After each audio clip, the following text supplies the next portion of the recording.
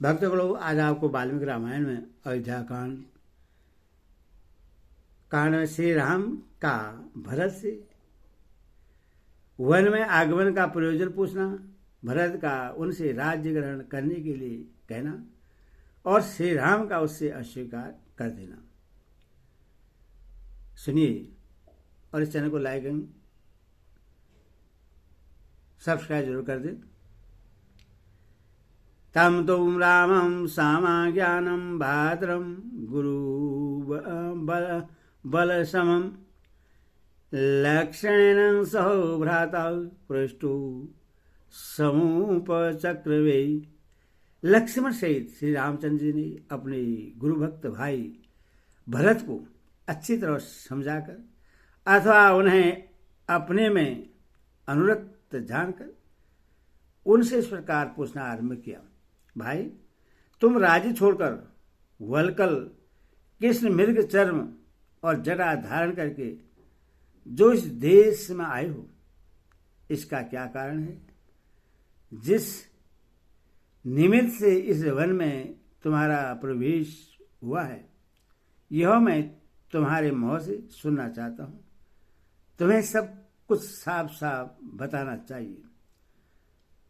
काकोस्त्वंशी महात्मा श्री रामचंद्र जी के इस प्रकार पूछने पर भरत ने बलपूर्वक आंतरिक शोक को दबा पुनः हाथ जोड़कर इस प्रकार कहा, आर्य, हमारे महाबाहु पिता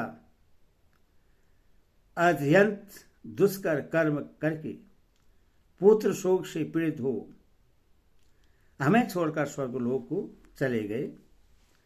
शत्रु को संतान देने वाले रघुनंदन अपनी स्त्री एवं मेरी माता कैकेयी की प्रेरणा से ही विवश हो पिताजी ने ऐसा कठोर कार्य किया था।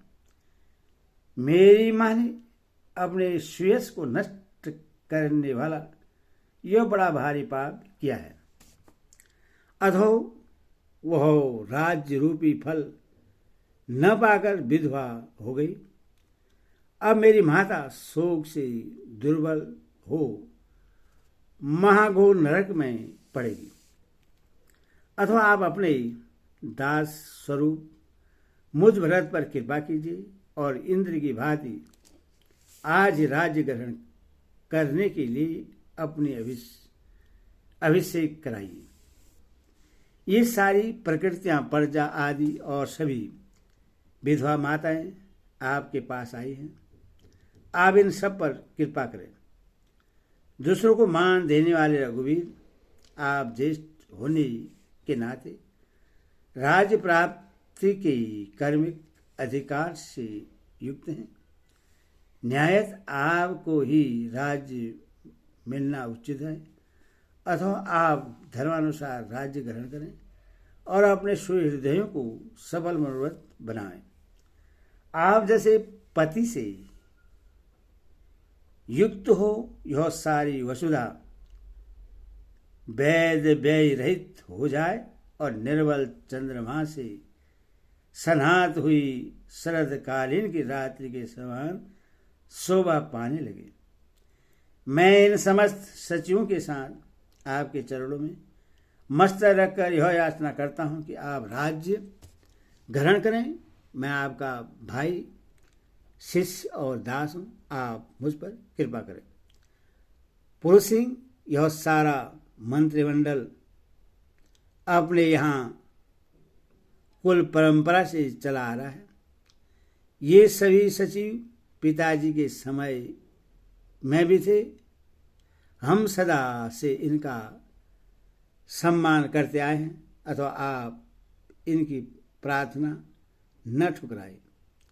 ऐसा कहकर कैकेयी पुत्र महाबाहु भरत ने नेत्रों से आंसू बहाते हुए पुनः श्री राम जी के चरणों में माथा टेक दिया।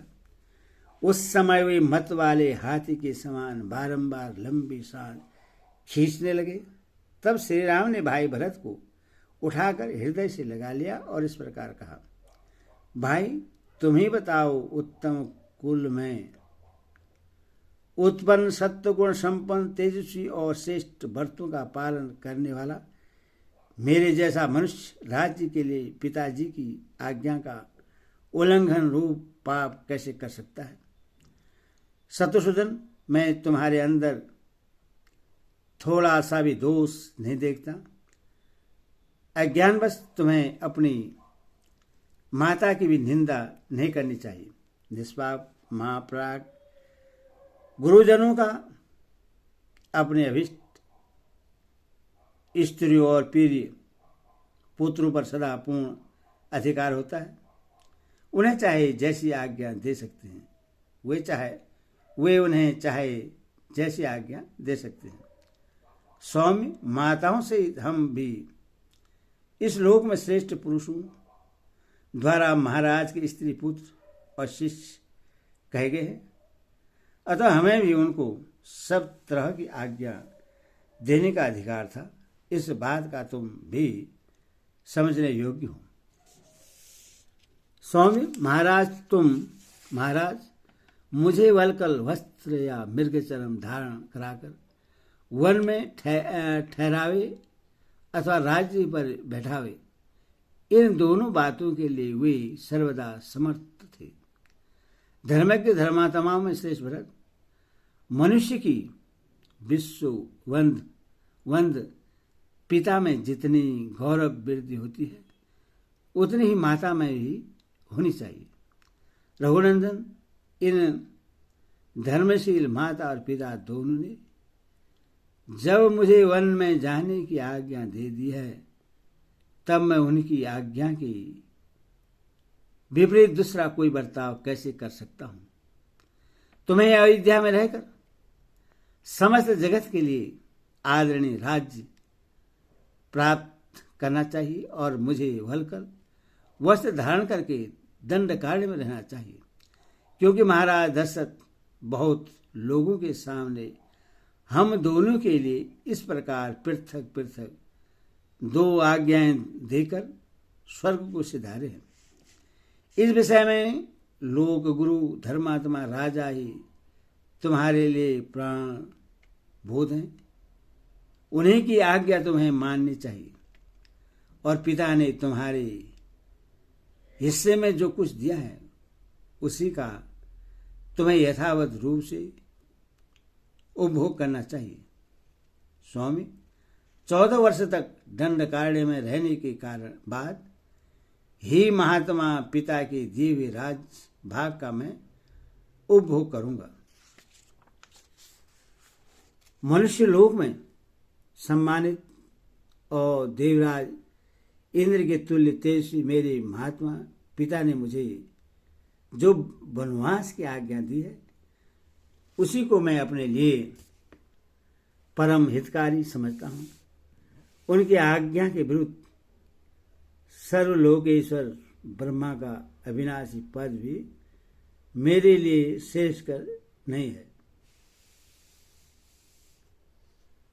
इस प्रकार वाल्मीकि निपित आर्ष रामायण आदि का भी अयोध्या कांड में 101वां सर्ग पूरा हुआ।